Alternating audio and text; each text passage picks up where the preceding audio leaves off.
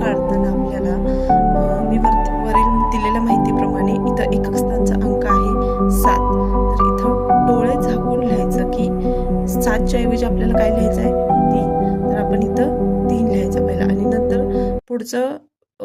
पुढील संख्या ओळखताना काय करायचे तर ह्या घनमूळ घन दिलाय त्या घनाच्या 3-3चे गट करायचे उजवीकडून आणि त्यामध्ये एकक दशक आणि शतक स्थानचे अंक सोडून राहिलेले पुढील जी संख्या आहे त्या संख्येतून कोणत्या संख्येचा घन वजा होतो हे पाहायचं आहे. तर आपल्याला इथं 250पेक्षा लहान अंक कोणता आहे 216. 216 कशाचा घन आहे तर 6चा घन आहे म्हणून इथं 6 अंक येतो.